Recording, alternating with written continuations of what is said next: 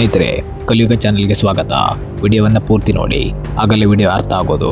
ಸ್ನೇಹಿತರೆ, ಯಾವುದನ್ನು ನಂಬಬೇಕು, ಯಾವುದನ್ನು ಬಿಡಬೇಕು ಅನ್ನೋದು ಅರ್ಥ ಆಗ್ತಾ ಇಲ್ಲ. ಯಾಕೆಂದರೆ ನಟ ದರ್ಶನ್ ಅವರ ವಿಚಾರವಾಗಿ ಜೈಲಿನ ಸಹ ಕೈದಿಗಳ ಮೇಲೆ ಹಲ್ಲೆ ಮಾಡಲಾಗಿದೆ ಅನ್ನೋ ಆರೋಪ ಕೇಳು ಬಂದಿತ್ತು. ನ್ಯೂಸ್ ಚಾನೆಲ್ಗಳು ದರ್ಶನ್ನಿಂದ ಸಹ ಕೈದಿಗಳ ಮೇಲೆ ಹಲ್ಲೆ ಮಾಡಲಾಗಿದೆ ಮತ್ತು ದರ್ಶನ್ ಜೊತೆ ಸೆಲ್ನಲ್ಲಿರುವಂತಹ ನಮ್ಮನ್ನ ದರ್ಶನ್ ಅವರು ಇರೋ ಸೆಲ್ನಲ್ಲಿ ಇಡಬೇಡಿ, ದರ್ಶನ್ ಅವರು ನಮಗೆ ಮಾನಸಿಕವಾಗಿ ಮತ್ತು ದೈಹಿಕವಾಗಿ ಕಿರುಕುಳ ಕೊಡ್ತಾ ಇದ್ದಾರೆ ಅಂತ ಹೇಳ್ತಾ ಇದ್ದಾರೆ ಅನ್ನೋದನ್ನ ನ್ಯೂಸ್ ಚಾನೆಲ್ಗಳು ಸುದ್ದಿ ಪ್ರಸಾರ ಮಾಡಿದ್ದವು. ಆದರೆ ಸ್ನೇಹಿತರೆ, ಯಾವ ಹಲ್ಲೆನೂ ಆಗಿಲ್ಲ, ದರ್ಶನ್ ಯಾರ ಮೇಲೂ ಹಲ್ಲೆ ಮಾಡಿಲ್ಲ ಅನ್ನೋದು ಮುಖ್ಯ ಮಾಹಿತಿ ಆಗಿದೆ. ಮತ್ತು ಈ ಹಿಂದೆ ಪರಪ್ಪನ ಅಗ್ರಹಾರದಲ್ಲಿ ಕೆಲವು ಜನರಿಗೆ ರಾಜಭೋಗ ಸಿಗ್ತಾ ಇದೆ ಅನ್ನೋ ಆರೋಪವಿದ್ದ ಕಾರಣ ಜೈಲಿನಲ್ಲಿ ವಾರಕ್ಕೊಮ್ಮೆ ಅಥವಾ ತಿಂಗಳಿಗೊಮ್ಮೆ ಚೆಕಿಂಗ್ ನಡೆಸಬೇಕು ಅಂತ ರೂಲ್ಸ್ ಮಾಡಲಾಗಿತ್ತಂತೆ. ಅದೇ ಆಧಾರದ ಮೇಲೆ ಜೈಲಿನ ಅಧಿಕಾರಿಗಳು ದರ್ಶನ್ ಅವರ ಸೆಲ್ಲಿಗೆ ಹೋದಾಗ ಅಲ್ಲಿ ಇರೋ ಜಗ್ಗ ಅಥವಾ ಲಕ್ಷ್ಮಣ್ ಅಥವಾ ಪ್ರದೋಷ್ ದರ್ಶನ್ ಅವರು ತಮ್ಮ ಮೇಲೆ ಹಲ್ಲೆ ಮಾಡ್ತಾ ಇದ್ದಾರೆ, ನಮಗೆ ಮಾನಸಿಕವಾಗಿ ಕಿರುಕುಳ ಕೊಡ್ತಾ ಇದ್ದಾರೆ ಅನ್ನೋ ಯಾವುದೇ ಆರೋಪಗಳನ್ನ ದರ್ಶನ್ ಮೇಲೆ ಮಾಡಿಲ್ಲ ಅಂತ ಜೈಲು ಅಧಿಕಾರಿಗಳೇ ತಿಳಿಸಿರ್ತಾರೆ. ಸ್ನೇಹಿತರೆ, ದರ್ಶನ್ ಅವರು ಸಹ ಕೈದಿಗಳ ಮೇಲೆ ಹಲ್ಲೆ ಮಾಡಿದ್ದಾರೆ ಅನ್ನೋ ಆರೋಪ ಬರ್ತಾ ಇದ್ದಂತೆ ನಟ ದರ್ಶನ್ ಅವರ ಪತ್ನಿ ವಿಜಯಲಕ್ಷ್ಮಿ ಅವರು ಜೈಲಿಗೆ ಭೇಟಿ ನೀಡಿದ ನಂತರ ಸೋಷಿಯಲ್ ಮೀಡಿಯಾದಲ್ಲಿ ಒಂದು ಪೋಸ್ಟ್ ಅನ್ನು ಹಂಚಿಕೊಂಡಿದ್ದಾರೆ. ಹಾಗಾದರೆ ಏನು ಪೋಸ್ಟ್ ಅನ್ನು ಹಾಕಿದ್ದಾರೆ ವಿಜಯಲಕ್ಷ್ಮಿ ಅವರು ಅಂತ ನೋಡೋದಾದರೆ, ಇಂದು ನಾನು ಜೈಲಿಗೆ ಭೇಟಿ ನೀಡಿದಾಗ ಜೈಲಿನ ಅಧಿಕಾರಿಗಳೊಂದಿಗೆ ಮತ್ತು ನನ್ನ ಪತಿಯೊಂದಿಗೆ ಮತ್ತು ಅವರಿಂದ ಹಲ್ಲೆಗೆ ಒಳಗಾದವರೊಂದಿಗೆ ವೈಯಕ್ತಿಕವಾಗಿ ಮಾತನಾಡಿದೆ.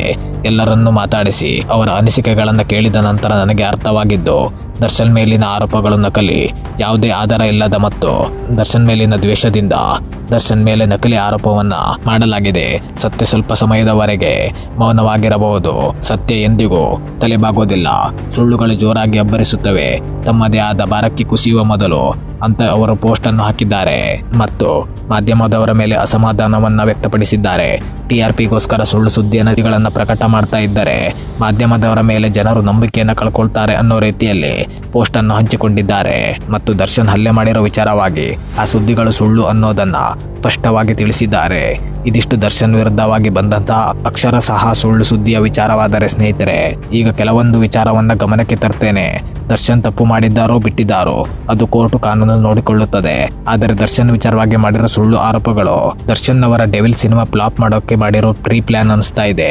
ಈಗ ದರ್ಶನ್ ಅವರು ತಪ್ಪೇ ಮಾಡಿದ್ದಾರೆ ಅಂತ ಅಂದುಕೊಳ್ಳೋಣ, ಅದಕ್ಕೆ ಕಾನೂನಿನಿಂದ ಶಿಕ್ಷೆ ಆಗುತ್ತೆ. ಇವರು ಯಾಕೆ ಇಲ್ಲ ಸಲ್ಲದ ಆರೋಪವನ್ನ ಮಾಡೋದು?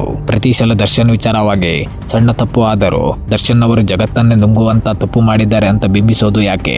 ಜೈಲಿನಲ್ಲಿ ಯಾವುದೇ ಹಲ್ಲೆ ನಡೆದಿಲ್ಲ ಅನ್ನೋದು ಜೈಲಿನ ಅಧಿಕಾರಿಗಳಿಂದ ಸ್ಪಷ್ಟತೆ ಇರುವಾಗ ಮಾಧ್ಯಮದವರು ಜೈಲಿನಲ್ಲಿ ದರ್ಶನ್ ಡೆವಿಲ್ ರೂಪ ದರ್ಶನ್ ಸಹ ಕೈದಿಗಳಿಗೆ ಒದ್ದಿದ್ದಾರೆ, ದರ್ಶನ್ ಜೊತೆ ಇರೋ ಕೈದಿಗಳು ದರ್ಶನ್ ಹಲ್ಲೆಯಿಂದ ವಿಲವಿಲ ಒದ್ದಾಡ್ತಾ ಇದ್ದಾರೆ ಅನ್ನೋ ಸುಳ್ಳು ನ್ಯೂಸ್ ಕೊಡ್ತಿರಲ್ಲ. ನಿಮಗೆ ದರ್ಶನ್ ವಿಚಾರವಾಗಿ ಬಿಟ್ಟರೆ ಬೇರೆ ಏನೂ ಗೊತ್ತೇ ಇಲ್ಲವಾ? ಸ್ನೇಹಿತರೆ, ದರ್ಶನ್ ತಪ್ಪು ಮಾಡಿದ್ದರೆ ಶಿಕ್ಷೆ ಕೋರ್ಟ್ ವಿಧಿಸುತ್ತೆ. ನಾಳೆ ದರ್ಶನ್ ಅವರ ಕನ್ನಡದ ಹೆಮ್ಮೆಯ ಚಿತ್ರ ಡೆವಿಲ್ ರಿಲೀಸ್ ಆಗ್ತಾ ಇದೆ. ಊಹಾಪೋಹಗಳನ್ನು ಬುದ್ಧಿಗಿಟ್ಟು ಕನ್ನಡದ ಸಿನಿಮಾಗೆ ಪ್ರೋತ್ಸಾಹಿಸಿ ಬೆಂಬಲಿಸಿ.